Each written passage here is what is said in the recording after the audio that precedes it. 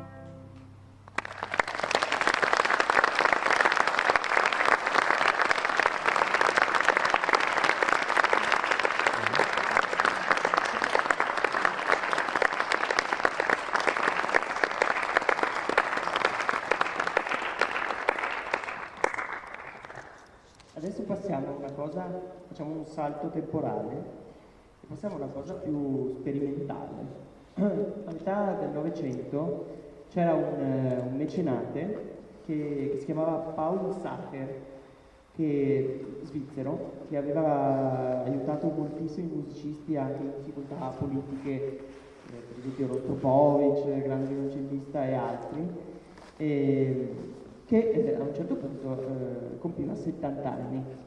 E Rostropovich, grande violoncellista, decise di chiedere a una serie di compositori dell'epoca il compito di scrivere dei pezzi ispirati, cioè in dono a questo mecenate, per farli tutti in una sera per celebrare il suo compleanno.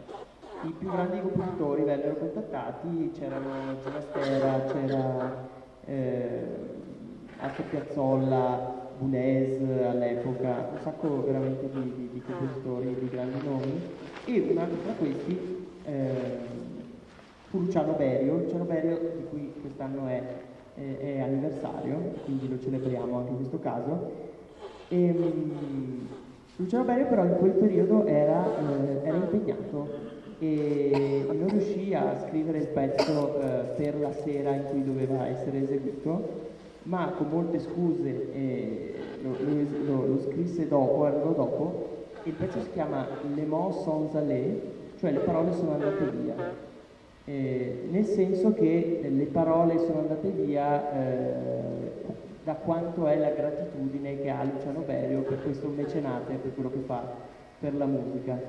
È un pezzo particolare perché è scritto in una serie, cioè una serie di note che corrispondono al nome di Sacher, e si sentono chiaramente all'inizio, e queste note vengono reiterate nel corso di tutto il pezzo, andando a formare un'architettura. È come se qualcuno stesse parlando, infatti l'indicazione dice intimo, come parlando. Buon ascolto.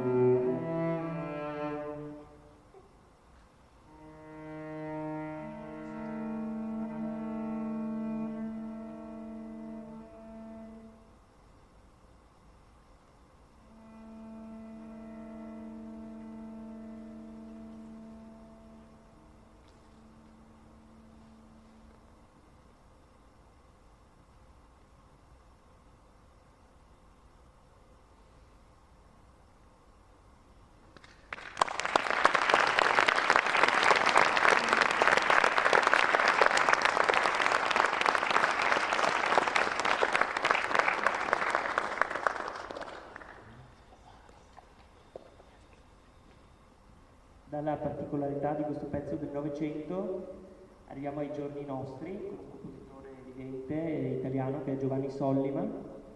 E Giovanni Sollima ha scritto questo brano per violoncello solo che si chiama Lamentatio.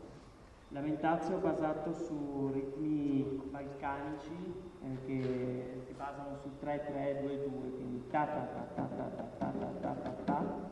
Sono ritmi che accomunano tutto il nostro mar Mediterraneo popolare. È un brano dove il violoncellista, oltre che a suonare, deve anche cantare. Lamentatio.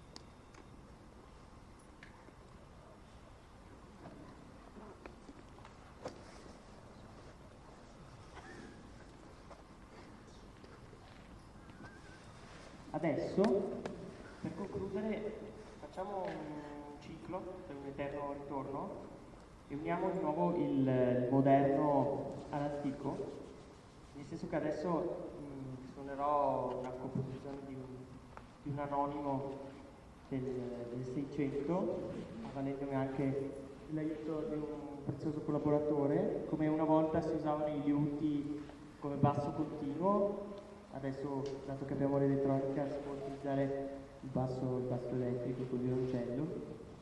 E dopo questa composizione di questo basso leggero, di questa danza anonima del 600, il basso leggero è il tipo di basso che sentirete ora, è proprio come un vero e proprio walking bass, ed